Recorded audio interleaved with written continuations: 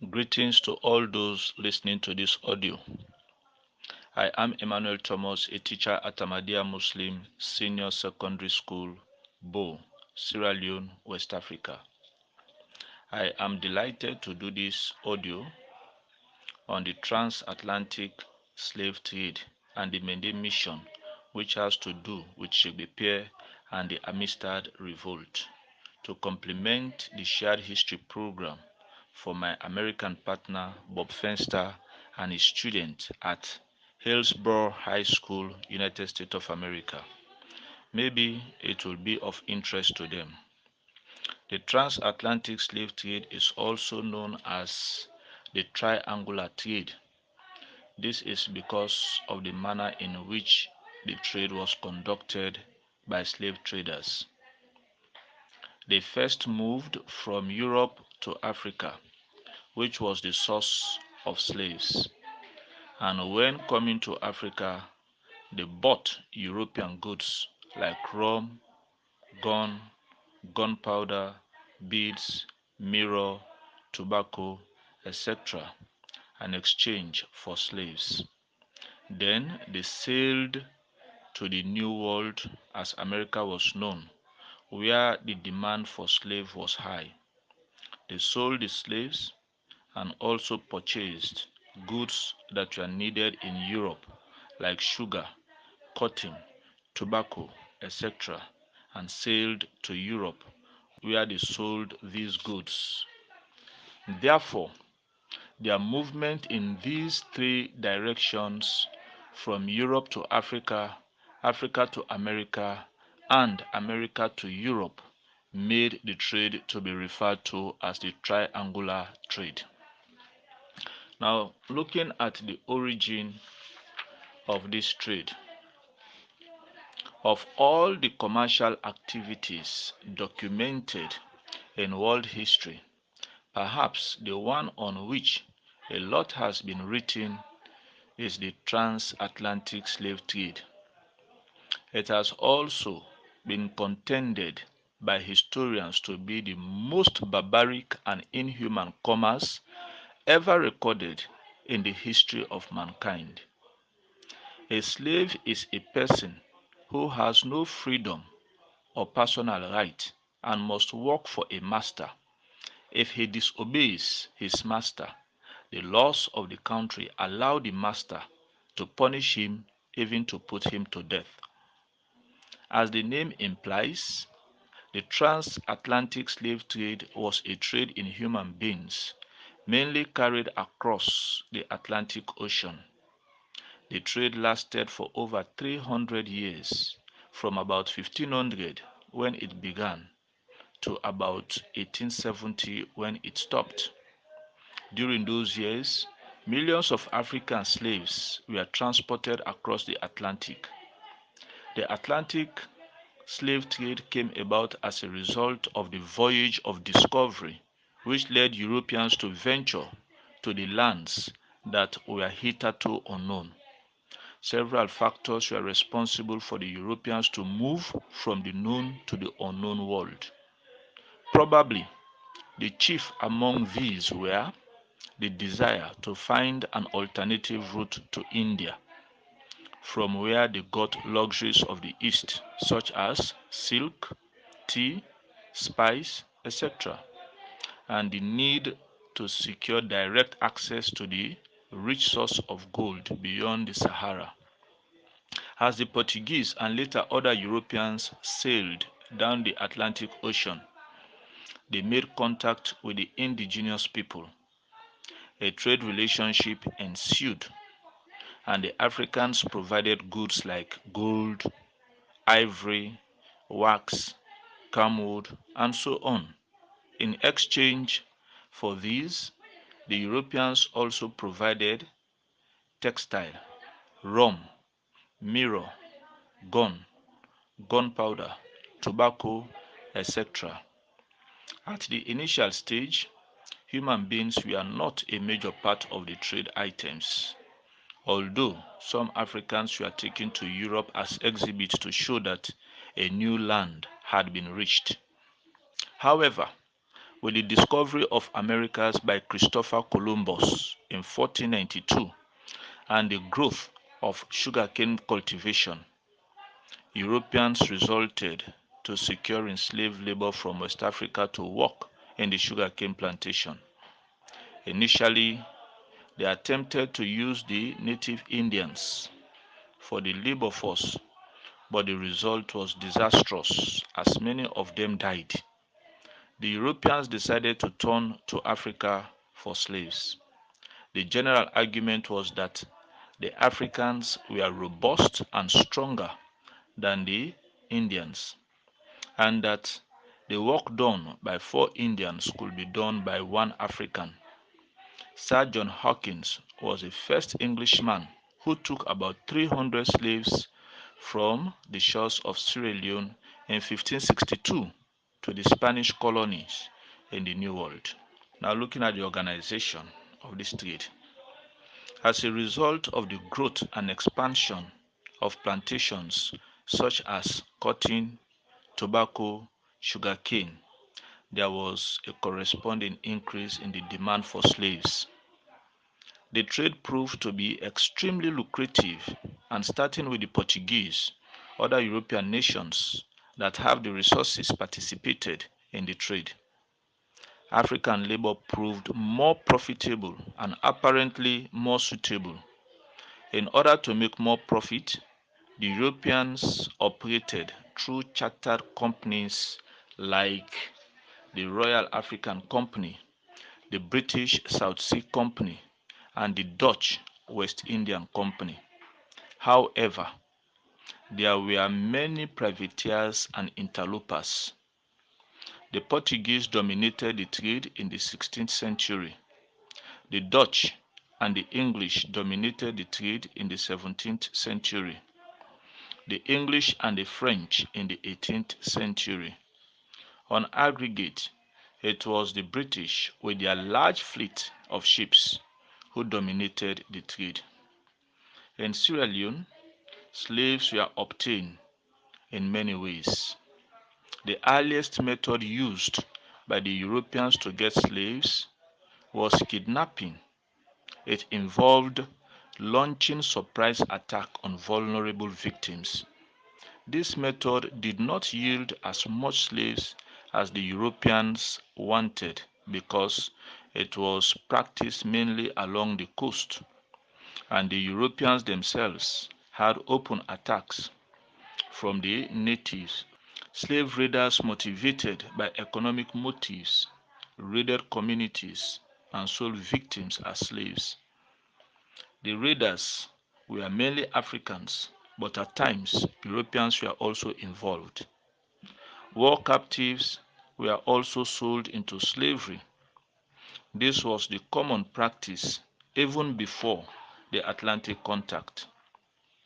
It should be noted that in most cases, these wars were not waged exclusively for the procurement of slaves, but for economic, status enhancement, and political reasons.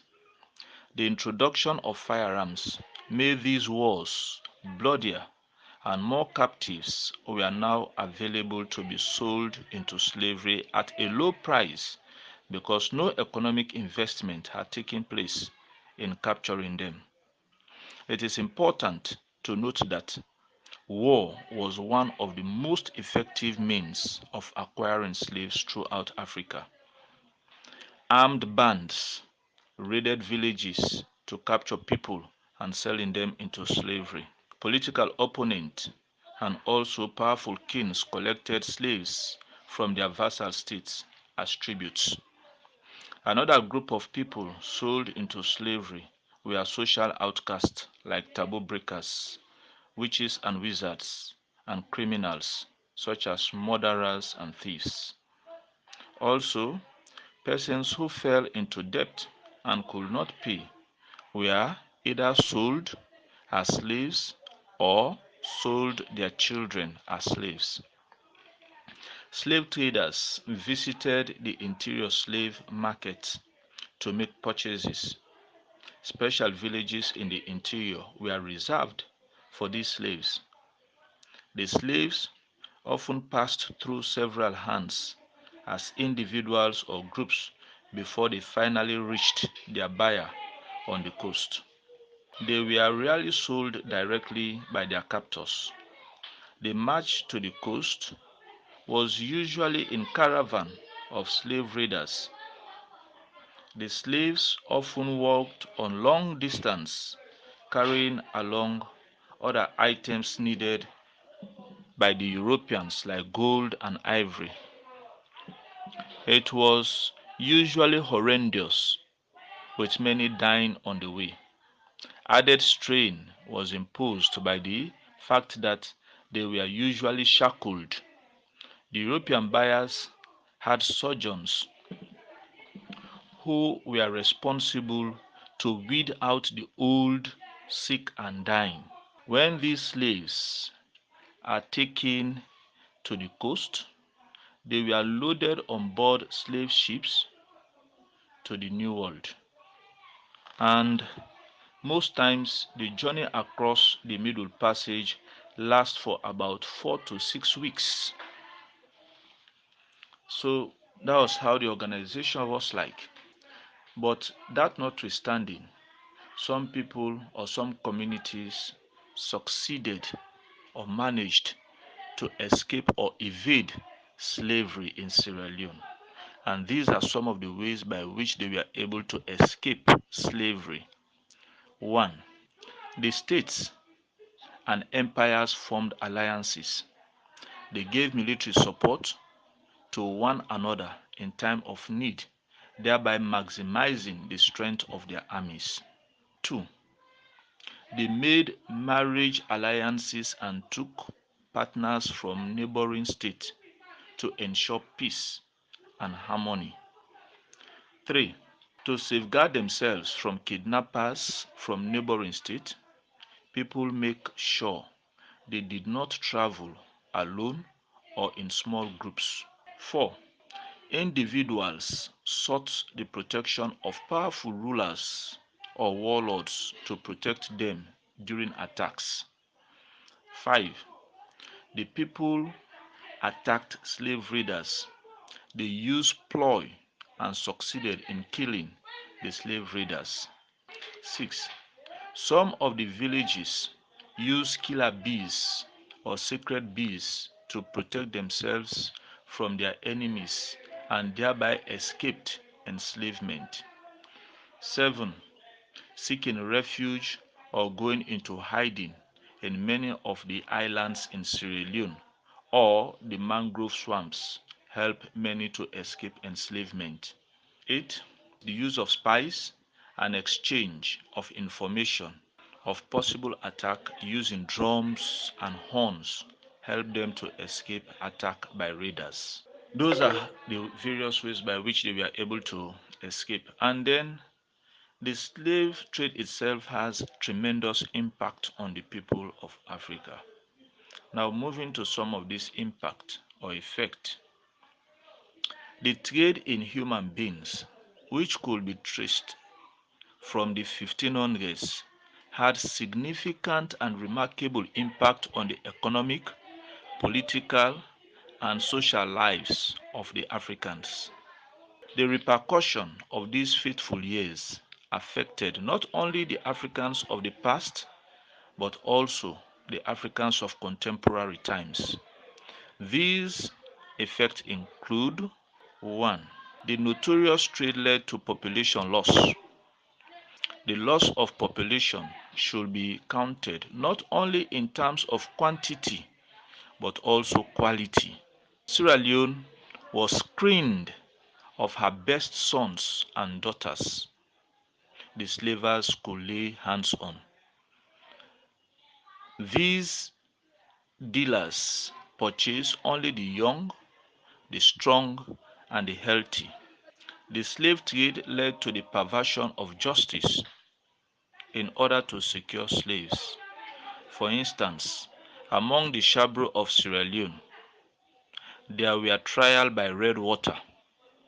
This was a poisonous liquid which, when taken, put an end to the lives of people often falsely accused of crimes like murder, rape, theft, or witchcraft. The slave trade helped to intensify intertribal wars among various tribes in Sierra Leone through the use of guns and gunpowder, which the African chiefs obtained from the Europeans. Also, the slave trade facilitated intermarriage that took place between Europeans and Africans, which led to the establishment of families with mixed culture. Next, the slave trade made the white man to feel superior over the blacks. It has been argued that before the Atlantic contact, there was no idea of racial superiority between Europeans and Africans. And lastly, the trade also connected Africa with more developed sectors of the world. The trade was regarded as an international commerce. The export of slaves enabled Africans to import a small quantity of European goods. This was probably the only good effect of the transatlantic trade.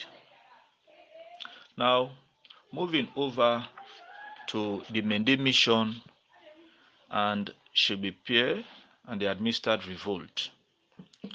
The Mende mission was one of the Christian missions which contributed to the spread of Western education and Christianity in Sierra Leone. The mission concentrated its work in the Shabro Island in the first half of the 19th century. The origin of the Mende mission could be traced from the time of slave trade and slavery. In 1839, a slave ship with exactly 200 slaves who were apparently captured in the Mende and Shabro countries sailed for the West Indies. The ship arrived in Havana in Cuba, where two West Indian slave dealers, Jose Ruiz and Pedro Montes, bought about 49 of the slaves, including Shakespeare, and put them on a small ship labeled Amistad, bound possibly for Charleston, South Carolina, to be resold. Shakespeare was born in about 1813 in the town of Mani in the upper Mende country. He was captured in January 1839. His role is of great importance in the history of the Mende Mission and United Brethren in Christ UBC mission in Sierra Leone. Shakespeare led a very brutal revolt due to maltreatment by the ship crew. They attacked and killed the ship captain Raymond Frere and the cook Celestino. They spared the lives of Jose Ruiz, Pedro Montes, and the cabin boy Antonio, and took possession of the ship. The crewmen who were among the captive were forced by the slaves to take them back to Africa and particularly Sierra Leone. Since these crewmen were not knowledgeable in navigation, the ship arrived at Long Island, New York, where American officer led by Lieutenant Commander Thomas R. Gidney took the ship and slaves into custody. Shengbe made a desperate attempt to escape, saying to his colleagues that They had only one chance for death and none for liberty. He told them that you had better been killed than live many moons in misery. The United States District Judge Andrew Judson accused the intended slaves of murder and piracy. On September 4th, 1839, the Amistad Committee was formed to defend the accused Africans. Solicitor Louis Tappan undertook the defense. J.W. Gibbs, professor of theology and sacred literature at Yale Divinity School, secured an interpreter, James Covey. At the third trial of the intended slaves, the United States Supreme Court issued its final verdict on March 9, 1841. The captives were acquitted and set free. The United States President by then, John Quincy Adams, was very instrumental to secure their release. Though the United States government fought hard to see that these Africans were released, the government was nevertheless not willing to foot the bills of repatriating them. Tappan's committee once more took up their case and made inquiries about the exact location of their homeland. While in New York, these intended slaves had been introduced to Christianity.